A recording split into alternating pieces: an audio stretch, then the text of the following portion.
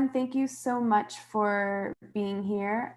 This is going to be a recorded session so that we can share this with more COVE families later. But I just wanted to thank you again for being here. Today we're going to be talking about ways that you can support your child through remote learning. And hopefully this will lead into more workshops that you can find beneficial with helping you support your child. So just to give a brief overview of the work that we do, since a lot of participants are coming from different networks who are associated with our organization. The name of our organization is COVE, which stands for the Community of Volunteer Educators. And it's a volunteer-run public service organization that's dedicated to providing free tutoring services and educational enrichment experiences to the communities across New York City. And our main vision or focus is to support communities by developing innovative academic programming to reduce educational inequities. So basically, we are focusing on serving those who have been impacted by the pandemic. My name is Jacalyn. I am one of the administrators on the educational technology team at COVE. I'm also a middle school teacher. I work for the DOE and I work at MS 104. In my work, I've provided teachers and parents with workshops in educational technology. I've also graduated from CUNY, Hunter College. I have a bachelor's in English and childhood education, and also a master's in childhood education with a specialization in STEM. So much of the work that I studied was ways to integrate technology. So my goal is to provide you with some of those strategies and my experiences that can hopefully help you. And along with me tonight, we have Deborah. She's going to be kind of my co-facilitator in helping me bring people in, monitoring the chat. So we hope that you can take away something from this presentation and workshop. And feel free to unmute yourself or participate in the chat whenever there's interactive parts. Oops. So just to give you, before we begin, I am interested in knowing what are you hoping to gain from today's workshop? So what are things that you are hoping to learn, or maybe some strategies you want to take away, or just an area about remote learning that you might be struggling with that you need some more support with. So if you could just either unmute yourself and call out or respond in the chat, I'm looking forward to hearing from some of you. So I'll give you a couple of minutes to think.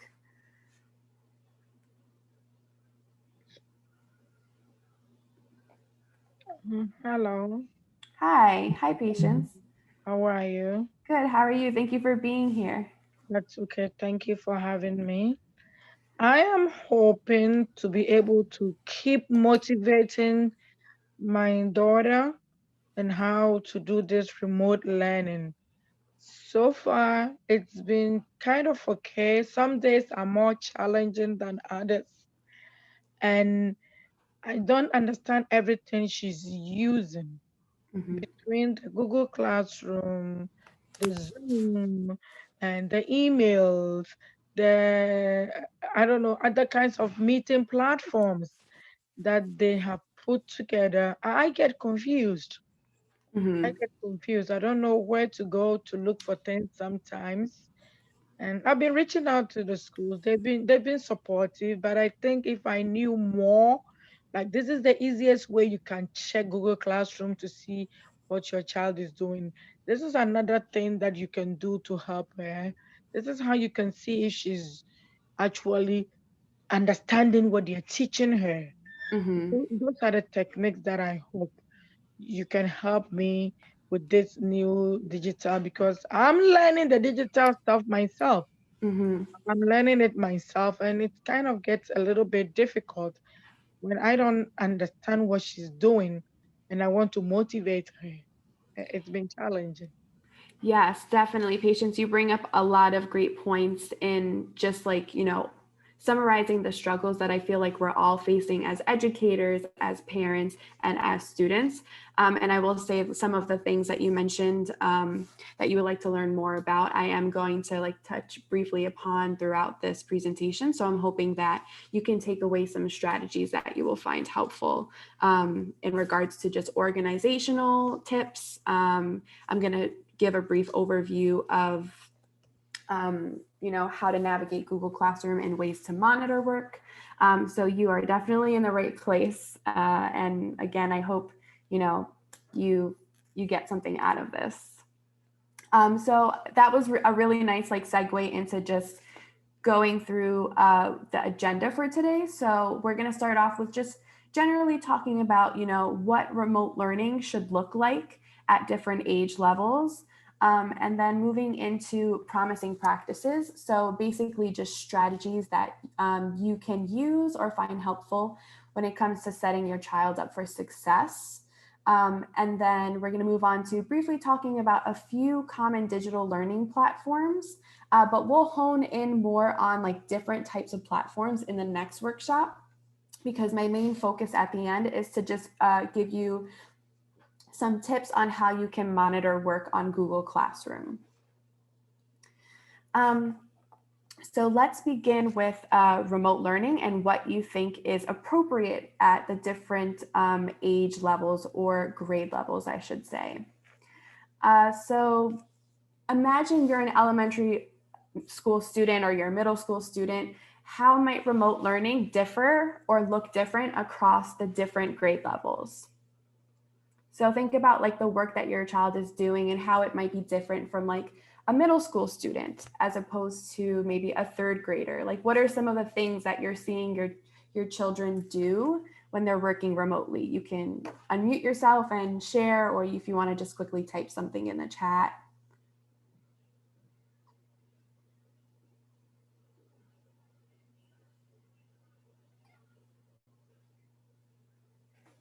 So I know for sixth grade, we are we focus a lot on time management. We focus a lot on like just building organizational skills. We do a lot of like interactive components where we try to promote still like a lot of collaboration and discussion. So as we think about like what remote learning should look like for our children at the different grade levels, I want to give you like a quick quiz. You're not going to be graded on it, but let's just see your knowledge of what you think remote learning or how much support your child may need at different grade levels. Jackie, before you move on, it looks like Erica has her hand up. Oh, okay. Erica, do you want to share something? Absolutely. I didn't want to interrupt you. So that's what I just sorry. No, it's okay. It's hard for You're an expert now. Well, listen, I come from the digital world, so I understand the here. I'm sorry, I'm just gonna unmute my video too, so that it feels a little more personal. So I understand the whole digital world. My problem is that like my 8th grader, he has no problem sitting and going through the class. It's with my second grader that I really have a hard time making her understand or grasp that this is actually school, that we're not home. So I unfortunately, I'm grateful that I'm blessed that I'm a stay-at-home mom, so I can sit next to her and like focus all day long. I'm like, pay attention, listen to your teacher, like, so that's the only thing that I feel like is the hardest thing for me to do, because I talking, just trying to motivate a second grader to understand that this is really school. So like I build a corner for her. I do like every time the teachers bring up new ideas, I print them out. There's a lot of resources that we, whatever. But it's just I need like I don't know how to get her to understand that this is school and this is home, because Yeah, no, definitely. And even as adults working from home, it's hard to like separate yourself from like what's home and what's work. And just like, being a young child, a second grader, having to sit in front of a screen, and it's not like the normal type of schooling that they're used to, it can be very difficult. So hopefully in the next couple of slides, when I talk about some strategies, you'll be able to like maybe find some ideas that can help you, add to like your list of strategies that it seems like you're already using. Like, it sounds really nice. You have a corner for your child to work in, so we could kind of build off of that. But let's briefly talk about like what is expected of us as, you know, an adult supporting our child through a remote learning. So you'll see on your screen that a poll has popped up. And the first statement that I want you to like try and figure out is, do you think that the statement adult support is needed at all grade levels, pre-K through 12, is true or false? So you can kind of mark on your screen. It should pop up on your screen.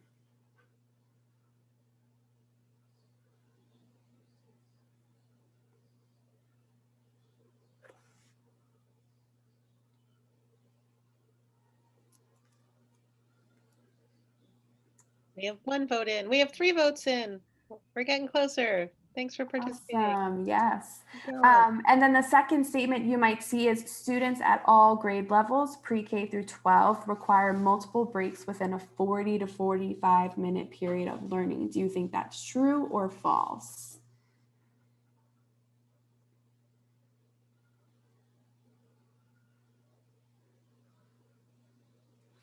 And then lastly, we have this idea that students are still developing technology skills and general skills for learning in middle school and high school. Do you believe that is true or false?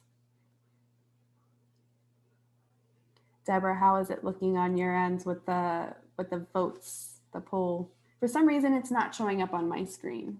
Yeah, so it says 4 out of 5 people voted. I don't know why it doesn't have everybody in there as. Does anyone need help in understanding how to get the pop-up? No. Nope, you got it. Thank you, Aiden. It says 100% of people have voted, but it looks like there's more than 5 people. So. Well, there's me and you too, Right, that's so. true, and Jihye, so. All right, so I'm gonna actually end the poll and let's talk about whether or not these are true or false. So just taking a look at the first statement, adult support is needed at all grade levels. That's actually true. Whether it's kindergartners or 8th graders, they do require some level of support.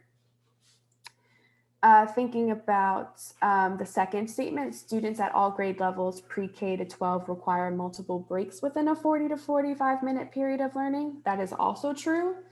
And we'll talk a little bit more about, like, you know, how often and what that means in a couple of minutes. And then the last statement, students are still developing technology skills and general skills for learning in middle and high school. That is also true. So just thinking about, like, you know, this is still a learning experience on all different levels. And we kind of just need to like meet and support our children kind of where they're at right now. So that brings me into like what to expect at the different grade levels for remote learning. So for early childhood, this is pre-K to kindergarten. Instruction usually focuses on interactions with adults and peers. You'll see most of the work is like picture oriented. And just switch to the slide. I'm sorry? I think you have to switch to, I think you have a slide with that information on it, don't you? Yes, it should be showing. I'm still, I wasn't even seeing the answers, so I'm still seeing the imagine you're an elementary school student. Oh, let me stop sharing and I'll try resharing again. I'm sorry for the tech issues. Does this work better? Yes, there we go. Okay, thank you. Thank you for letting me know. I knew your wonderful presentation. Well, see, we're all kind of witnessing firsthand what remote learning is like, and that things, you know, are not always smooth all the time. So thank you for letting me know. So just back to pre-K and kindergarten, we focus more on interacting with each other. A lot of the work is picture-based because students are still developing an understanding of language. And adult mediation or support is usually required at this age level. And children in pre-K and kindergarten require a break from passive listening. So whether it's a movement break or just a break where they can talk or interact with others every 5 to 7 minutes. For lower elementary, which is grades 1 and 2, this is where the focus is more on exploration and experimenting with new digital tools. And this is when students begin gaining some comfortability with using a keyboard or a mouse. And again, adult mediation is needed, and a break from passive listening would be like every 8 to 9 minutes. For upper elementary, which is grades 3 to 5, this is where we focus more on an exposure and development of competency, so understanding of a wider variety of digital tools. Students at in these grade levels can begin using other tools like emails and video conferencing. Usually digital games are integrated to explore certain concepts. And again, adult support is needed, and a break is suggested every 10 to 12 minutes. For middle school, this is, again, we focus more on independence and developing time awareness, organizational skills, and self-expression. Depending on the level of independence that your child has from grades 6 to 8, would then impact how much adult support is needed. But definitely check-ins every once in a while for sure is something that I always recommend. My parents of the students that I teach, or families of the students that I teach, and then they too require breaks from passive listening every 13 to 15 minutes. So I'm just thinking back to what one of our parents mentioned earlier. I think it was Erica, where she said that her daughter is up and moving around. So thinking about breaks and how to make them effective is something important to think about. Lastly, if you are a high school parent, grades 9 to 12, they're continuing this focus on becoming independent thinkers and applying knowledge more on an independent level. So there definitely is more of an expectation that the students at this point can work independently. However, adult support may be needed for specific tasks like accessing resources or materials for classes, or monitoring changes in coursework or assignments and things like that. And they too, even though we may think that they're a little bit more independent, a little bit more older, that they don't really need breaks, but they also too require breaks every 16 to 20 minutes. So I always tell my parents now more than ever, family support is needed, especially when we don't see our students as often within the classroom. This homeschool partnership is so important, and we're here to kind of support each other.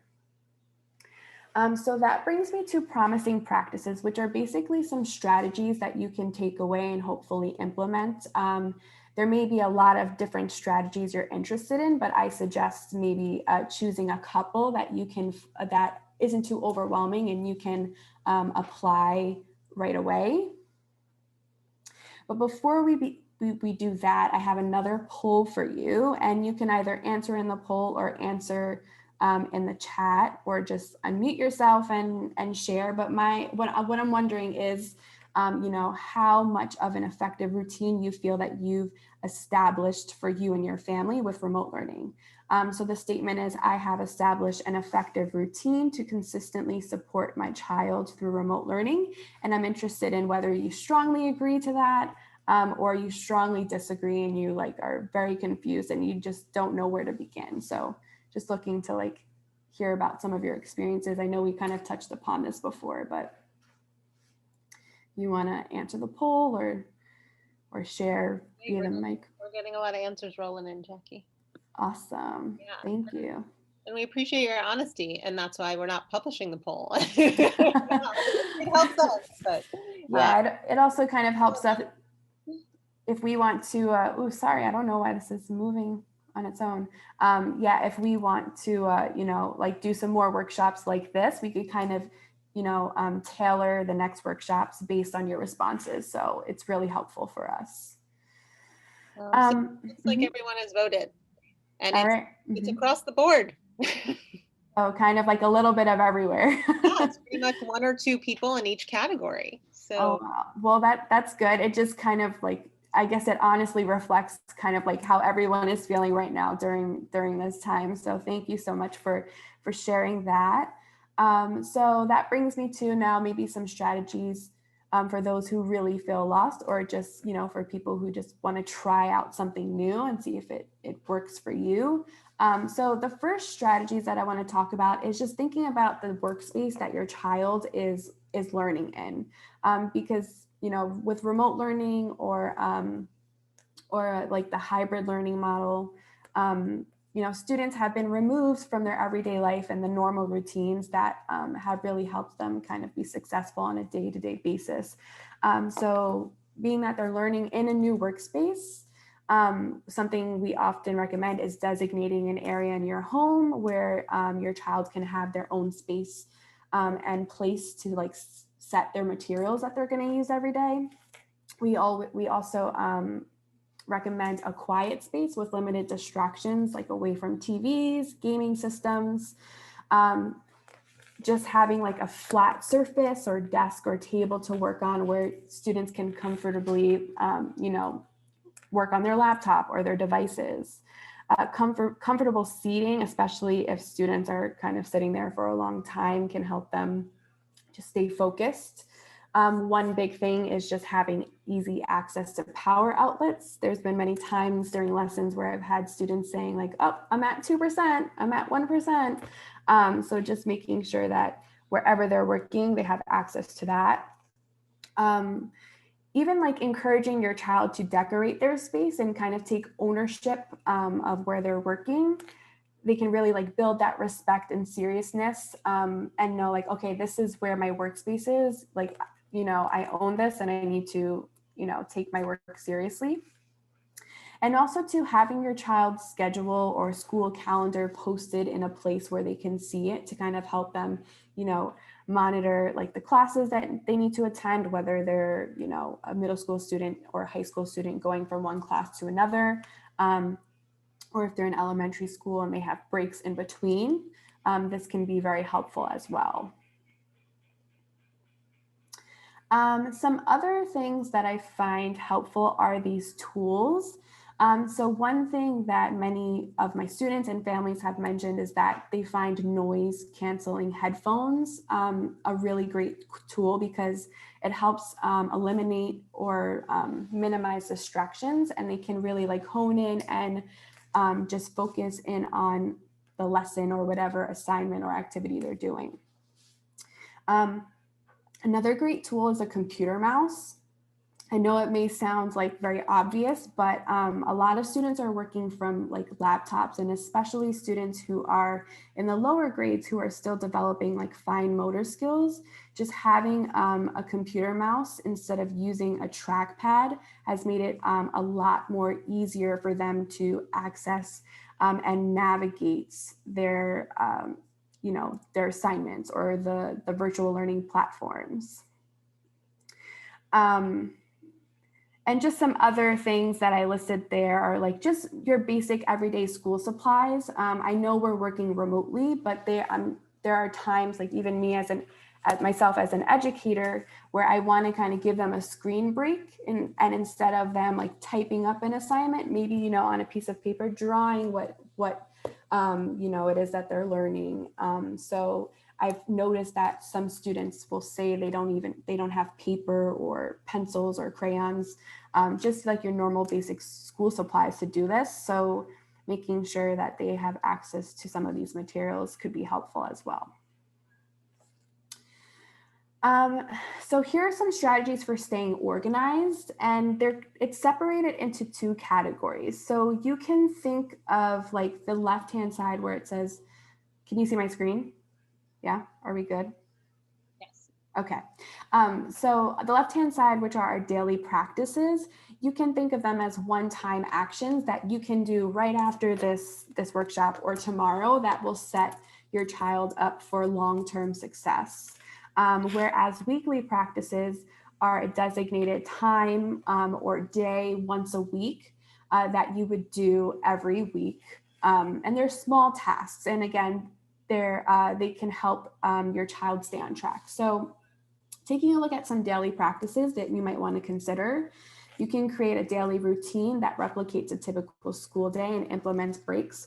So like when we first went into remote learning last spring, the first thing we sent out to families was like a schedule that replicated a normal day, where right before their first period of class, they would wake up, they would brush their teeth, they would make their bed, just so that they continue the everyday routines that they're used to, so that, you know, yes, it was a drastic change working from home, but there's still some normality in the things that they do every day.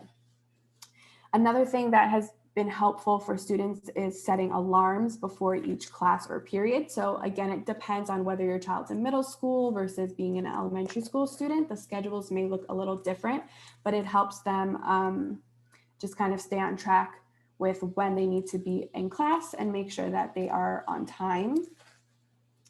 Also, one thing that I found helpful is bookmarking important resources that your child frequently uses. So if you know your child uses a certain platform for math every day, or a certain platform for English or reading or writing every day, you can actually bookmark those resources on the computer, and it just gives them like a one-time click, easy access to get to that platform. I normally do it for my Google Meet links because it's just there on their like toolbar on their website browser, and they can get to their meetings quickly. For weekly practices, again, these are like things that you can do once a week or once every 2 weeks, depending on how much support or guidance your child needs. But you can think about creating weekly checklists of important assignments. So if you know, like by Friday every week, they need to have 3 math assignments and 2 reading assignments, you can create a checklist and go over it at the end of the week, just to make sure that your child has everything that they need. You can also help your child organize their materials or their Google Drives, or you can help your child check their school emails and organize their inboxes. Again, that depends on whether your child is, you know, a middle school student versus an elementary school student. And I just want to reiterate what Jackie's saying about helping organize Google Drives and Google folders, because I teach teachers, I'm a college professor, and even my students really need help with that and sitting down and so helping with those folders in Google Drive, because often students do things and then they can't find where they put them, but they've done the work. And those skills really become important from a very young age, all the way through their academic career. And are there any questions that people have before Jackie goes on? If you can feel free to put them in the chat or. I'm sorry, this is Patience. I have a question about organizing the materials that they are using in school, like from Google Drive and the emails. Is there a way, and if you don't have an answer, it's okay. Is there a simple way that I would say, okay, I'm going to use my daughter's name. So Queen, show me all your math assignments that are soon to be due, that she can put them all in one folder. Is there a way to do that? Because I would ask the school to teach her that, just because I'm a working mom too. And this is really difficult. Sometimes I just want to cry when she misses assignments, and I know she's smart, I know she can do it, but she's like, oh, there was so much, I thought I did this one. Oh, I can't find it, mommy. I'm sure I did it. I don't know where it's at. So is there a class that the school can teach to help them with this? You don't have to teach it, but do you think there's a class that the school can teach to help her with this? So it all depends on, like, you know, what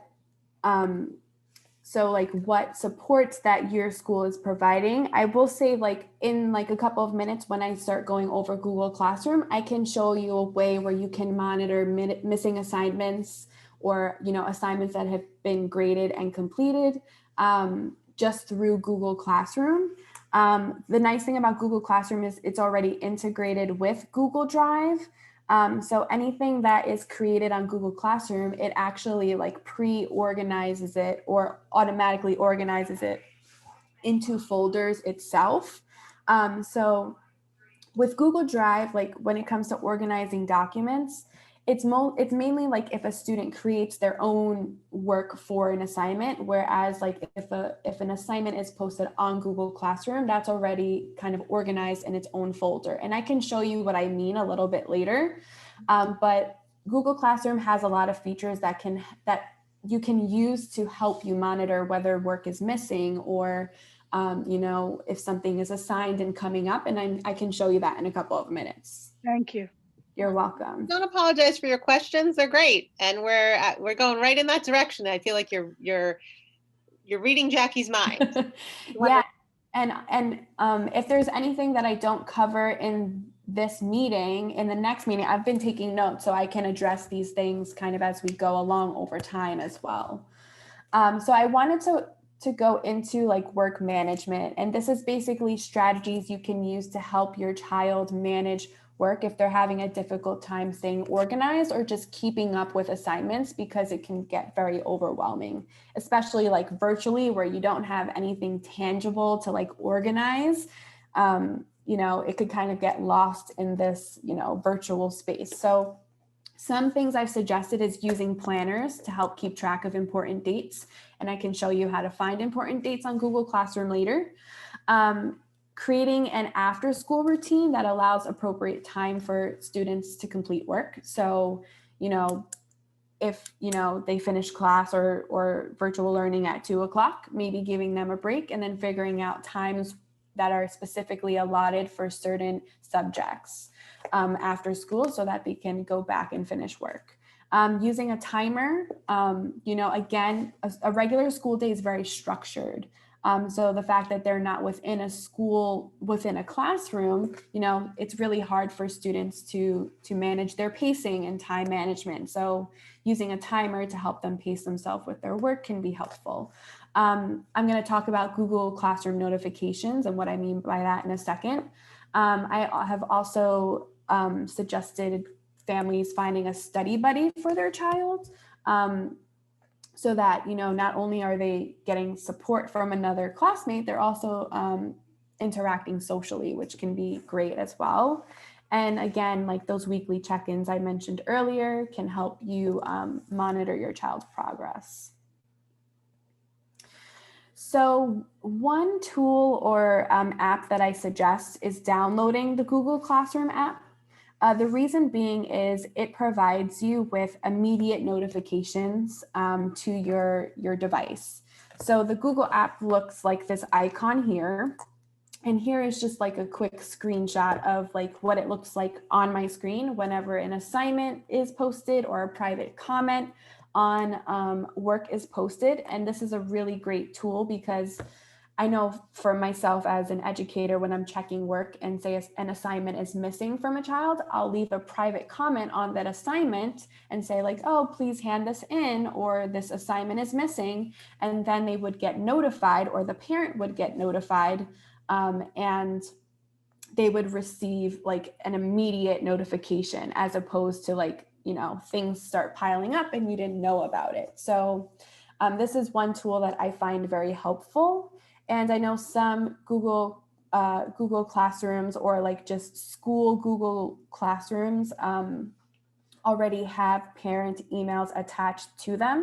So it all depends on the type of like G Suite account that the school has. But if you don't have it where parents cannot or families cannot be added onto the Google Classroom, you can just download the app and sign in using your child's login information. So that's one thing that I find very helpful. So what I'm going to do in the chat as well is put in some links so that you can see how to download it. Because, if you're not somebody who's necessarily comfortable with going into your app store, whether it's on an Android or an iPhone, I will put those in as Jackie works on this. Thank you so much, Deborah. So be on the lookout for that in the chat. I'm also going to give you another poll just to see how often you check your child's Google Classroom page. So here we go. So if you're choosing every day and you check your child's Google Classroom page every day, you're going to choose the first option. It could be once or twice a week. or never. So I'll give you a couple of seconds to kind of reflect on that.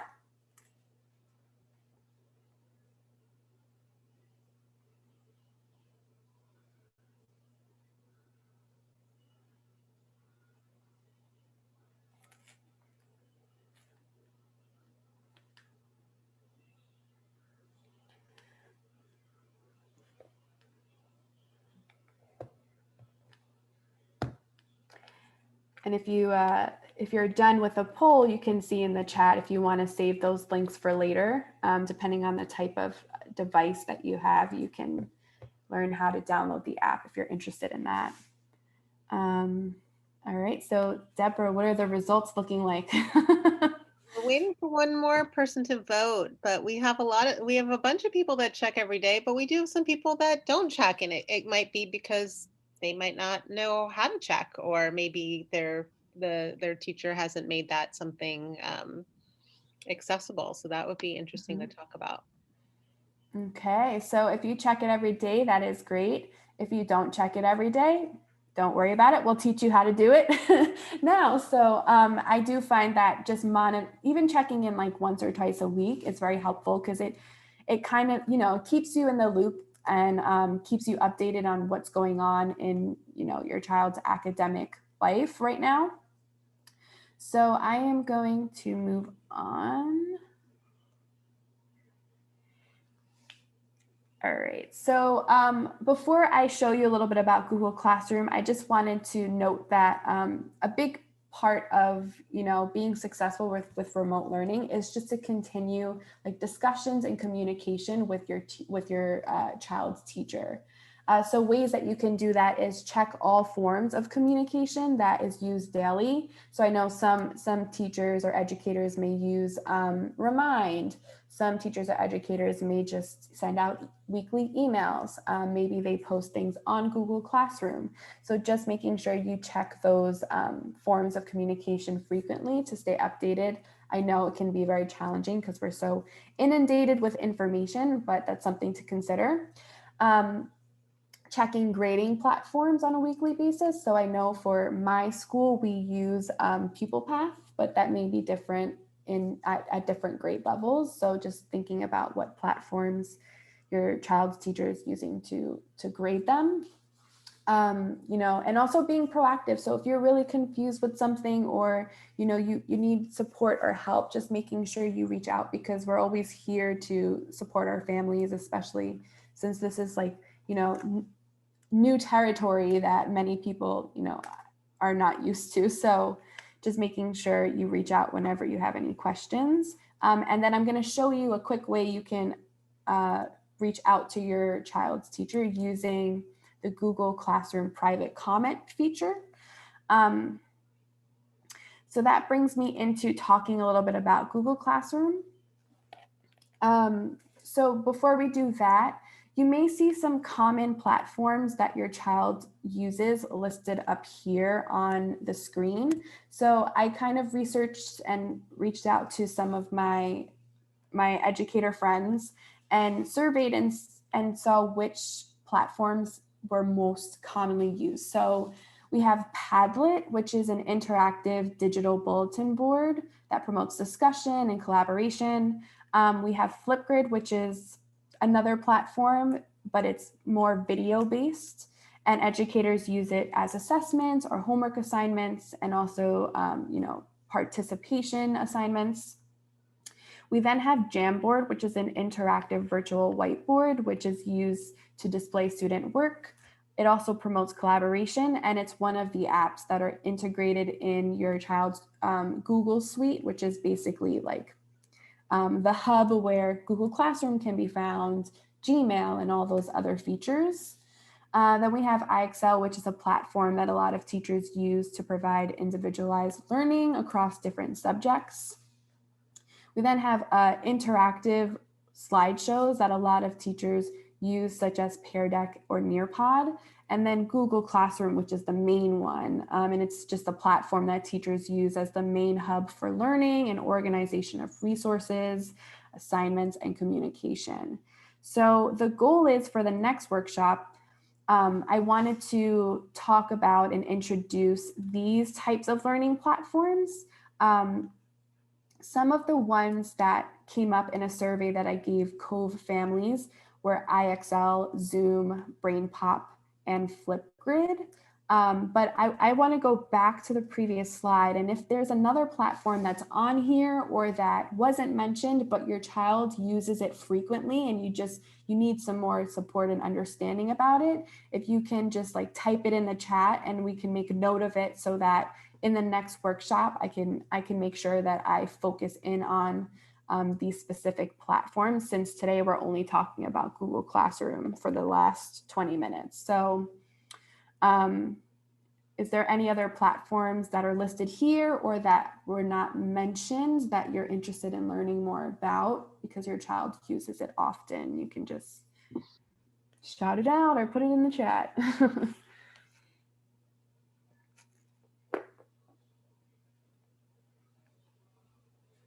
And so one thing I think would be helpful too is you may say, I'm not sure what platforms they use, right? So like as the week goes by, if you could peer over your kid's shoulder and maybe see and do a little investigating, or maybe ask your child's teacher what is used, and then you can send us some messages. Are we going to provide a?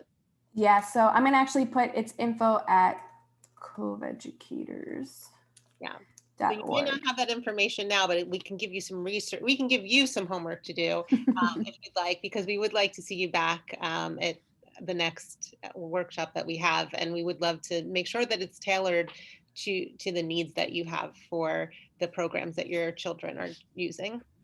Yeah, so if you happen to take a look and you see some of the platforms that your child is using, I put the email to our organization in the chat. So if you want to just like send us an email and just say like, oh, I would like to learn more about Flipgrid or whichever platforms it is, just send us an email and we'll add it to our list.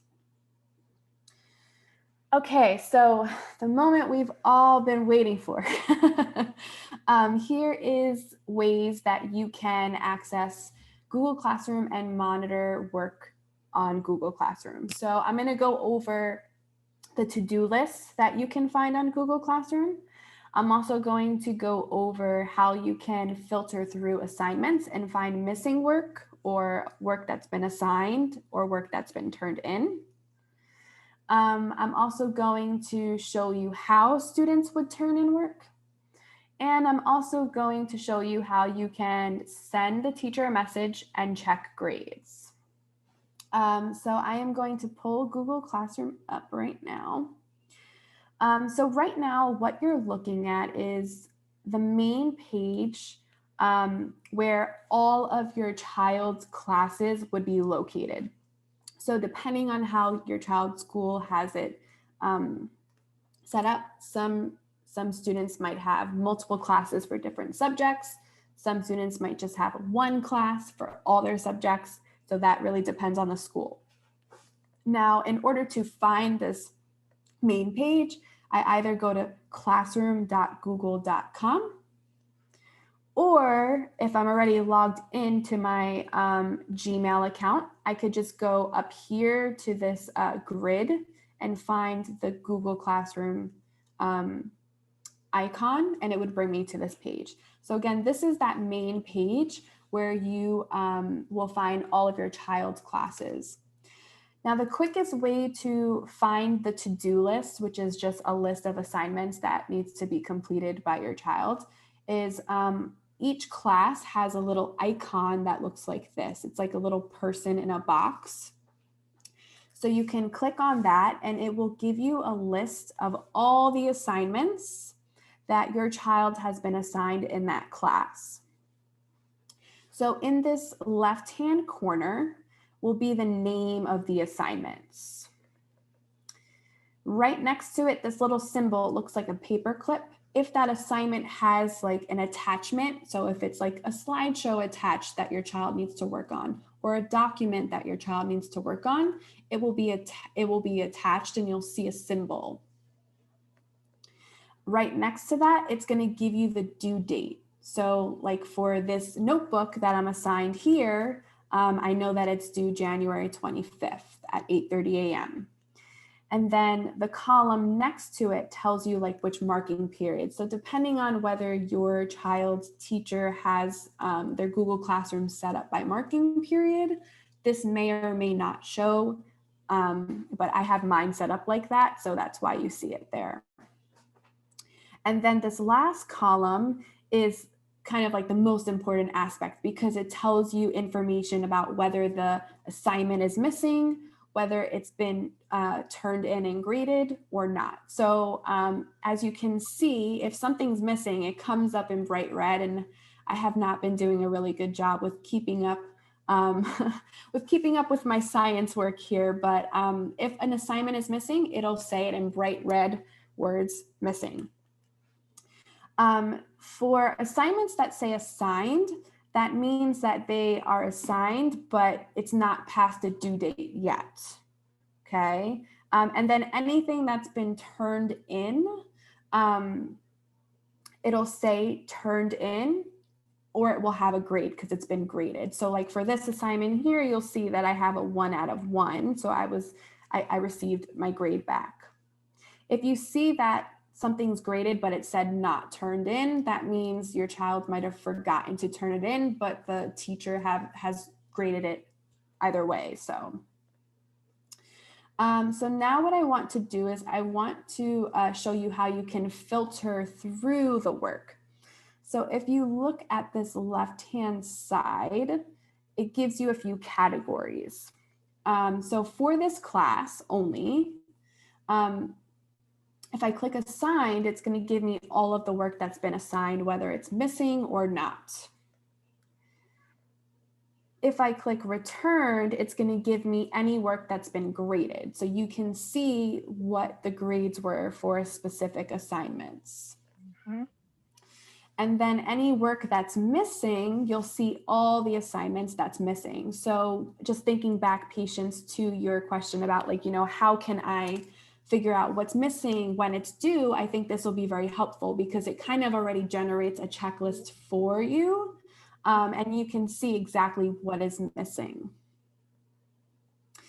So there are other ways that you can monitor work as well, but I'm just going to stop here for a second and see if anyone has any questions regarding what I just showed here.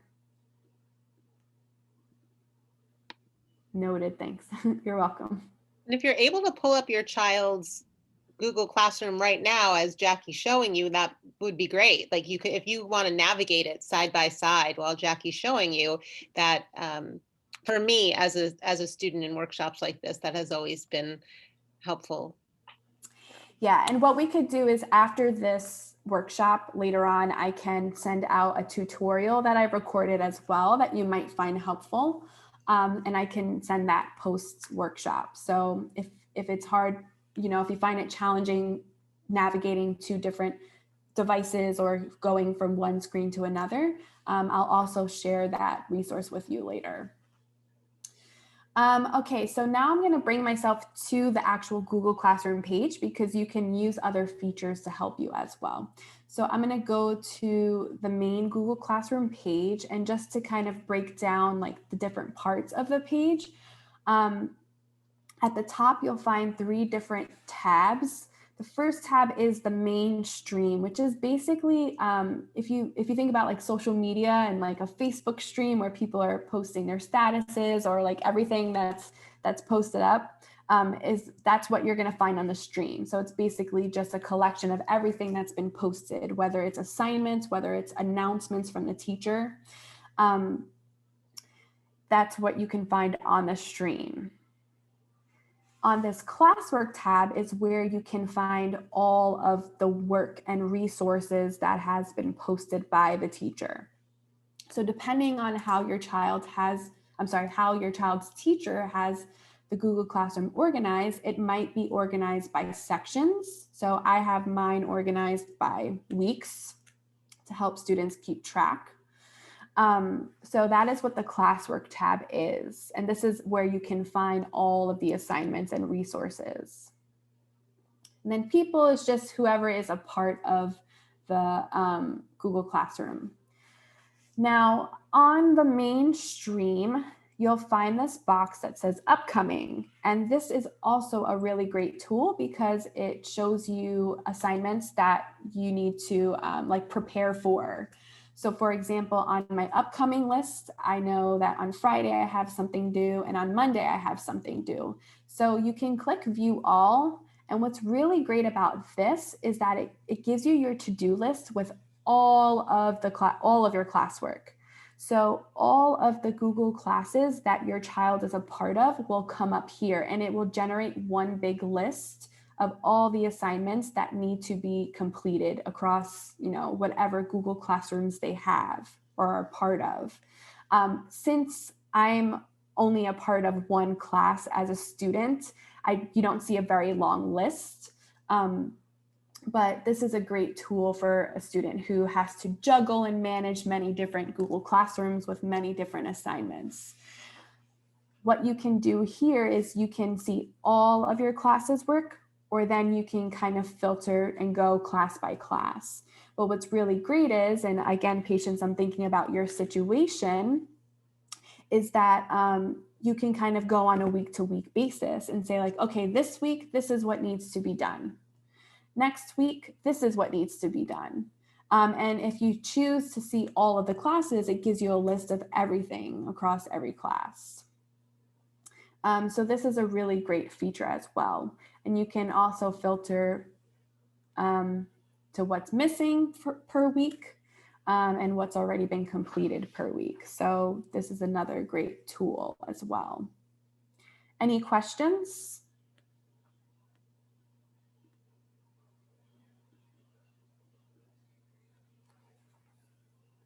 No?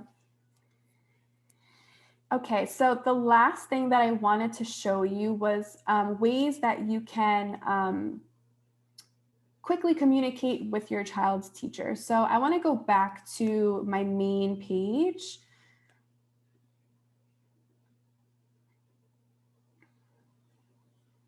Just so I can see that list again of all the assignments for this one class.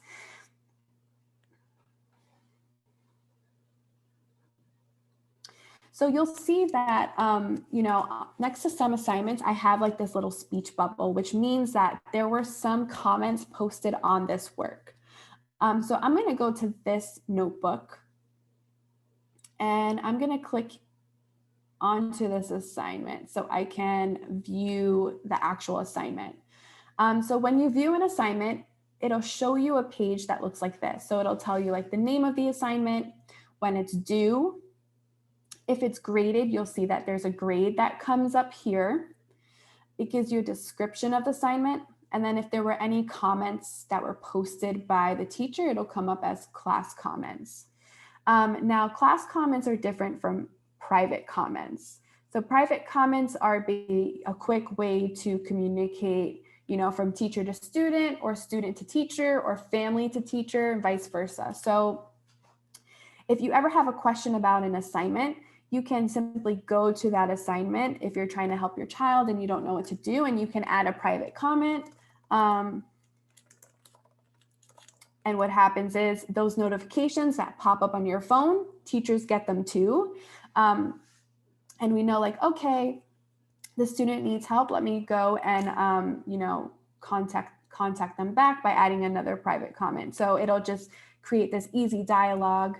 And again, if your child's teacher posts private comments, then you'll get notified and it can help you keep up with what's missing or if your child is struggling with an assignment. One thing I wanted to also focus on too is this turn in button. What I've noticed is a lot of students do spend the time doing the work, but they forget to click turn in. And when they do that, it shows missing on our end. And we always say like, you have to turn in your work. We want to give you credit for all of your hard work. So if there's ever a time where your child says that they do their work, or you see that your child does the work, but their teacher is still saying that it's missing, it could be because they haven't turned it in. So you'll see that when you turn it in, it'll actually, submit the assignment, and now it doesn't say missing. It does say that I turned in late, but I always say better late than never, right? So one last thing about assignments is that students can turn in blank assignments. Google Classroom has not found a way to monitor this. So if a document is blank, they can still turn it in. So as you can see, I turned it in, but my work is still blank. So that's also something to keep track of, because sometimes, students, they're children, they try to get away with things, and they'll tell their parents or families that they did it, but in all actuality, yes, it's turned in, but the work is blank. So just making sure that if you're checking your child's work, to just open up the document, take a look at it, and see if it actually has been completed and turned in. Okay, so that was a lot of information, but I hope that you found that piece very helpful. We did talk about the app a little bit, so I don't want to go too much more in detail with it. And I know Deborah put the links in the chat, but Deborah, did you want to add something on? No, I was just saying that it's 2 minutes to 7. I was giving you. Oh, thank you. Hey, your time management, buddy. Thank you. That's always been something I'm working on, I think you always run long. I don't know if y'all have noticed this, but we don't mind. We don't mind. We're here to answer your questions, but yeah, I mean, we're here until it's time to sleep, because she wants to help you so much. Have to make sure dinner, Well, it's actually perfect timing, because I wanted to ask you a couple questions before we headed out. So just to kind of wrap it up and reflect on the workshop and just our experiences, my first question is, what is one thing that you feel is going well for your family during remote learning? Because, it may be a difficult time, but, I always tell people to focus on the bright things. So anything that you feel like is going well during your family? During your remote learning. Sorry, I'm reading one thing and talking at the same time. You can share it in the chat. Maybe you want to share something a challenge that you might be facing, or a strategy that you took away that you want to try with your child. Please feel free to unmute yourself and share it, or drop it in the chat before you leave, or you can say bye. But I'm so happy that you joined, and I really hope that you found this to be helpful. So thank you. So yeah, keep an eye out for an email. I can send you a video again that shows you how to use Google Classroom. We can also send you the links that we shared earlier, and the next workshop is going to be Tuesday, February 2nd. So yeah, look forward to seeing some of you back. Thank you, Deborah. Well, just remember all that. The fact that you're here says so much. So yeah, it's good. You did amazing. I'm on now, and I can chat with the teacher. So I let her. I think I signed in like I'm my daughter. That's what I did, but I introduced myself, and I was able to go into the private, so me and the teacher can see what I'm telling her, that I'm in a workshop and I'm learning how to navigate the Google Classroom. I see an assignment that she said she didn't do, and I know she did a poster board presentation. So I'm telling her that I was home that day when she did it, so maybe she hasn't loaded it. I just sent her a message. I'm so grateful. Oh, you're welcome. So great. So good to see the application of the teaching.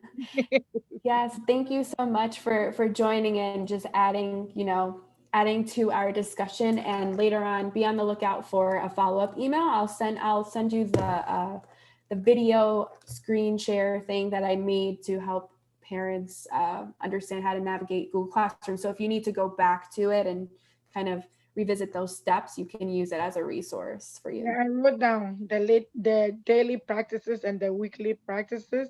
I have a little bit of a homework to do with her on that too. I'm going to do that, and I'll keep you posted. God bless you. Awesome. Thank you Look so forward to much. seeing you again.